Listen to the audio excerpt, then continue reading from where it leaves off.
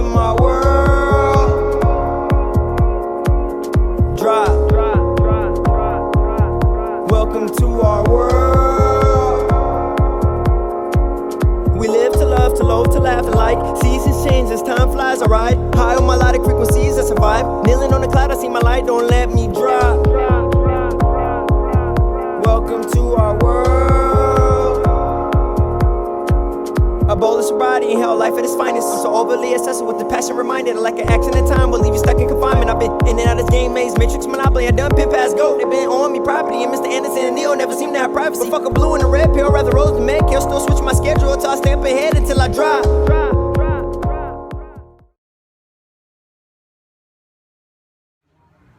Hey everybody, so I'm at the Phoenix Youth Hostel tonight. It's Saturday night. There is an open mic taking place just here behind me. You can kind of see the people outside behind me over my shoulder. So I'm going to get the opportunity to share some poetry here. There's some incredible poets here. Hopefully I'll bring a few more in, probably in the staging area, like right here. Try to use this couch to like interview a few people. I think that would be pretty dope, just to kind of give you guys a bit of perspective from them on some of the pieces that they're sharing, why. This is like an incredible event, so I'm excited to be here, and you guys stay tuned and get into some of this poetry. I'm going to kind of show you guys around. See you guys in a bit. Ladderback woodpecker agrees with dove, pounding hot, hot, hot, hot, hot, hot, hot, hot, hot into yucca. His words vibrating out, mixing with the first waves of heat. It is enough to make Badger growl. It is enough to make him sick with heartburn, and it's enough to make Badger want to kill while eating grubs. Enough to make him swallow chalk, and the chalk is enough to make him swallow beers whole at lunch. All this is enough to make the Badger King choke and swallow, clutch his chest and roll his eyes back blind. All this is enough to make the hounds howl in nervous rescue. It is enough. Little girl, run. Little girl, run. You'd better run hard. The white eyes are coming over Bear Butte Mountain. Their minds are full of gold and they're chasing a star. Run, run, little girl, run. Little girl, run. You'd better run, run. If you leave now in a whisper with the weather, you won't have to witness the damage that's to come. My first memory is a black fist blasting through a shower curtain into my mom's ivory temple. We picked up the fist at jail because we needed the fist's hand.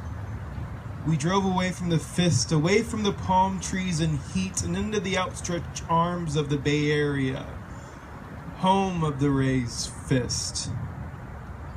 The fist belonged to my dad, but wasn't him, as he was emancipated early by an older woman's palm. So he clenched his, turning something soothing into violence, control. He had no chance to say yes, and he made sure his fist wasn't questioned when he beat the consent out of women. It was his way of saying no for his 8-year-old self that couldn't say yes. When I was a child, he fisted a tall boy and let me drive in the car in his lap after long fishing trips, placing his hand on my side, giving me imaginary power and rare affection. I've never let go of that wheel, fists clenched over the black leather, driving over every person not willing to give me power or affection. Power or affection, power as affection, power is affection. My knuckles are bleeding, but I won't crash. Oh, I won't crash, and I won't crash, and I won't crash into my past. Thank you. All right, hey guys, right back at you as I stated. So sitting here with an incredible poet, actually, who I had the opportunity to hear for the very first time a couple nights ago at ASU at the original Chop Shop. Introduce yourself. My name's Akabalaim, real name Randy Evans. How long have you been doing poetry, and how long have you been out here in Arizona? Been out here 2015, 9 years. Been out here 9 years. Moved to Chandler. Been doing poetry, this style, like spoken word and stuff, for right around 4 years, but I've been writing for like, I want to say maybe 15, 16 years. Wow, holy moly. Yeah. So forever. Like, Yeah. he's been writing longer than most of you guys have been alive. So you're incredible at what you do. Had the opportunity to kind of experience, a few of your poems, and now since you kind of riffed off maybe 2 or 3 tonight, so Yeah. I got a chance to hear, a bit more of a change up Yeah. and some diversity in your style. Yeah. What is it that motivates you as a writer to get up there and just kind of eat people's face off with your truth? That's like kudos to you for telling the truth in poetry. Yeah. And for speaking historic facts and also perspective, emotional, mental, psychological, the implications that a lot of the things that we as a people have experienced here in this country, you speak about them in your poetry. What motivates you to kind of tell that kind of truth in your work? It was a long journey, because when I first started, I wrote around like love poems, sappy love poems, like every other poet does, and did that. And then my senior year in high school, my English teacher, she was like, it was an essay that I wrote. She was like, you're a really good writer, and I was like, well, thank you. And that was the first time I was like, essay. Someone was like something like that, and I was like, oh, that's cool. So then life happened, got kicked out, got allowed to move back to where I was living, and then like that. Basically, it was like a month period where like I was like looking into things, and like a lot was going on within 2010 that summer, like world events and things. And I created this video. It was called "That's Funny." I just correlated things like people concerning themselves with matters like reality TV shows, the boom of these things, and Jersey Shore. And I was like, there's like things happening in the world, like there's rebellions going on, people are getting killed for fighting for what they believe in. And I was like, and we're not paying attention to it. It's not being covered. So then I started going to ASU. My best friend always sang, so I would rap on his stuff. So then I was like, maybe I can rap what I want to do. Got into that, then lost poetry multiple times, had to reevaluate myself, reintroduce myself to poetry, find myself, find my zen, keep spitting. And then, things are happening, classes I've taken, public justice, social issues, people getting killed. So then I got inspired. This friend of mine saw a picture of her, she was posing. And she was like, oh, look at me, I'm cute, I'm pregnant, blah, blah, blah. And I was like, you probably don't even know who the baby's father is. I was like, wow. And I was like, I started a poem, and I was like, you'll think it's cute until you realize you've mothered a fatherless child. And I was like, that was like the deepest statement I've ever, just from like looking at a picture. And I was so like just anything inspires me. Issues that I feel that are pertinent to me, but like there's stuff all around us. It's not always about black people. It's not always about Mexicans. It's not always about immigration, gay rights. It's about everything. Just really equality. Like it's 2015, and we still are fighting against marriage equality. Like this is ridiculous. So anything and everything. Awesome. Well, you want to share a piece of maybe one of your poems? Yeah. Somebody that's kind of giving a taste. There's this one I like. It's called "That's Funny." So it goes, "That's funny, kind of how like gay marriage was still a debate. The only problem I see with it are the people irate and adamant against letting them consecrate their feelings in matrimony are straight, fucking happy with having this hate inside of them, and disallowing the spread of happiness within their state as a constitutional right despite what it states. Despite what a state states, as stated, we have the right to pursue happiness despite what it takes. That's funny, Kind of how like you call women bitches, but all these brothers in the dog pound from acts so violent and vicious, instead of investing in themselves, lacking knowledge that they themselves are a self-sustainable business." A little snippet there. Dope. How can they find you? How can they find you on social media? You can find me on Instagram, Acapellame, ACAPELLAME, or hashtag Acapoet, ACAPOET, poet, basically. Awesome. My man's incredible. Make sure you connect with him. I'm going to try to have him out at one of the next events, so Friday Night Lights or Midday Magic. We've already talked about it. He's got to do it at this point. The brother's incredible. Quiet. Make sure you guys connect with him, and see you guys sometime soon.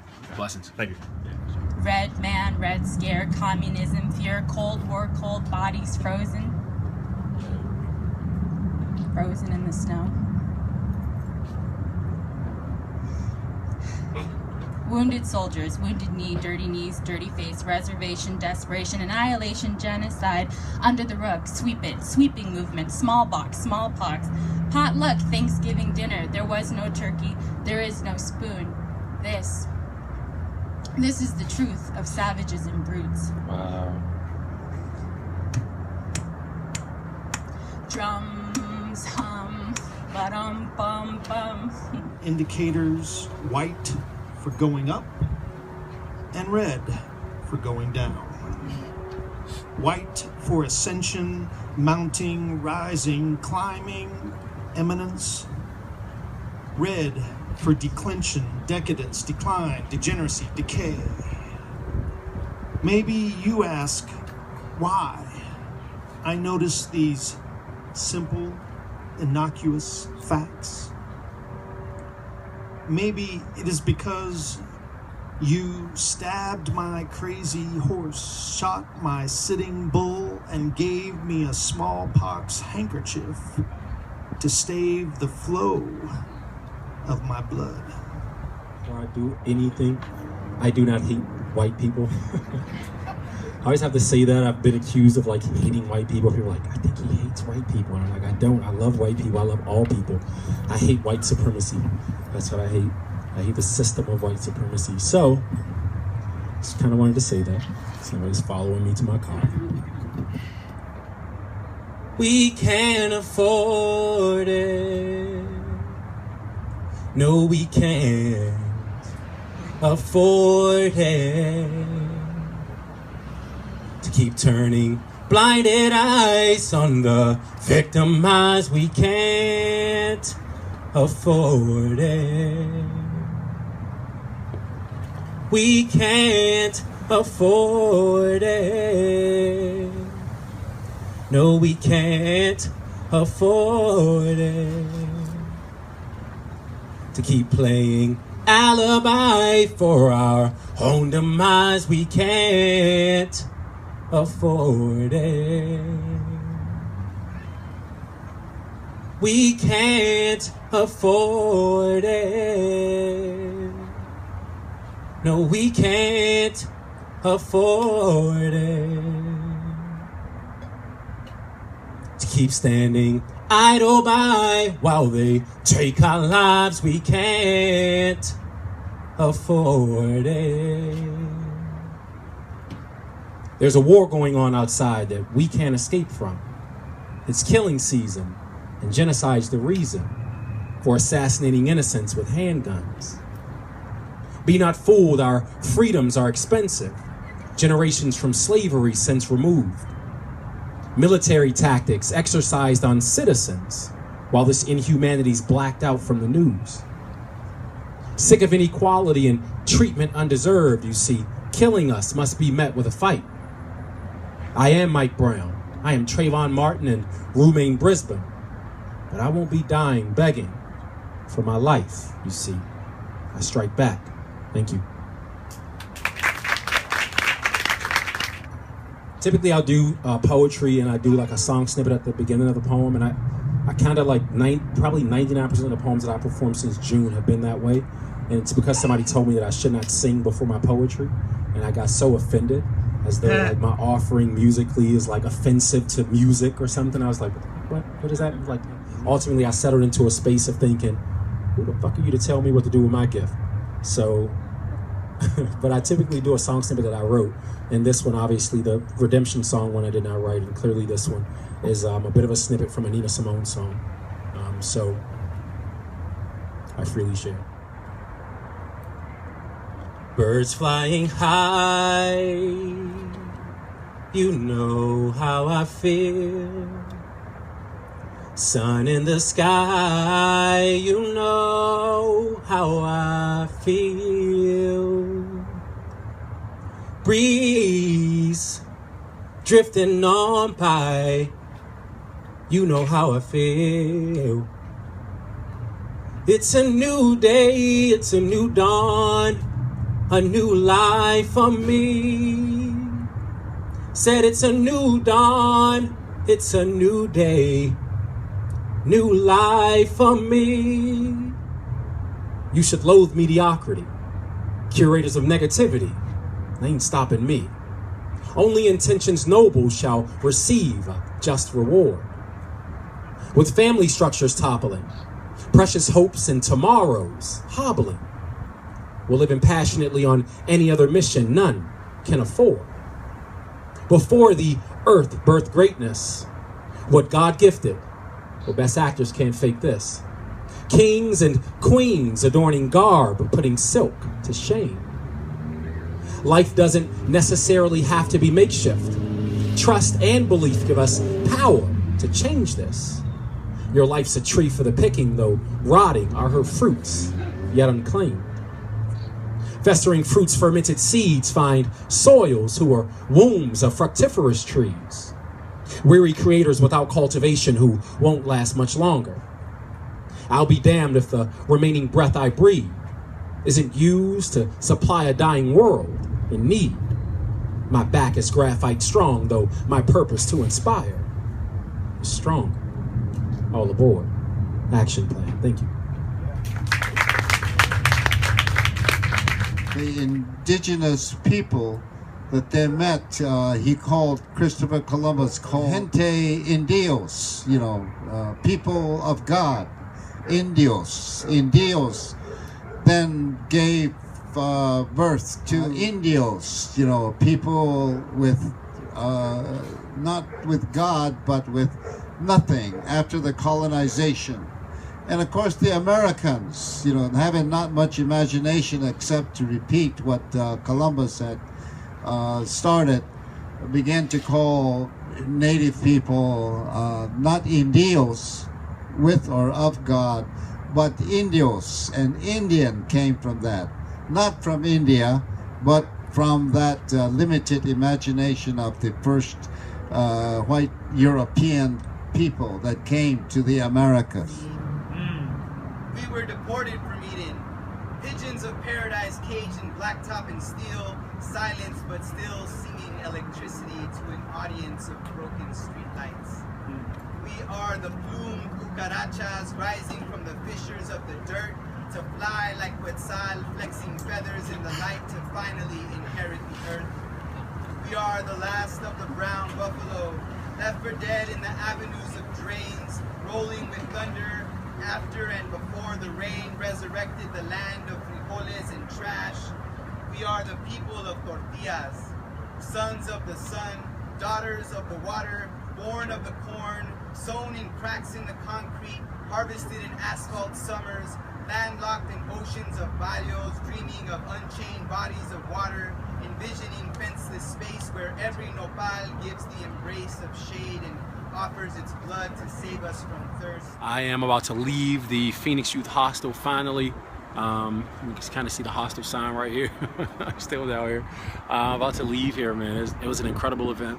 Got an opportunity to see a lot of incredible artists perform, a lot of incredible poets, have some amazing conversations also at the end there with like a lot of incredible people. I should have vlogged it, but I really didn't have the space to do it and like kind of keep those conversations authentic. So hopefully you guys will enjoy the footage here. I'm gonna cut now. I need to get home. I have a Radio Super interview tomorrow morning, which I'm super excited about. I'm definitely gonna vlog that. I'll see you guys sometime soon. Thanks so much for your support. Get some rest, why don't you? Well, not while you're watching the video, of course, but I'll see you in a bit. All right, blessings.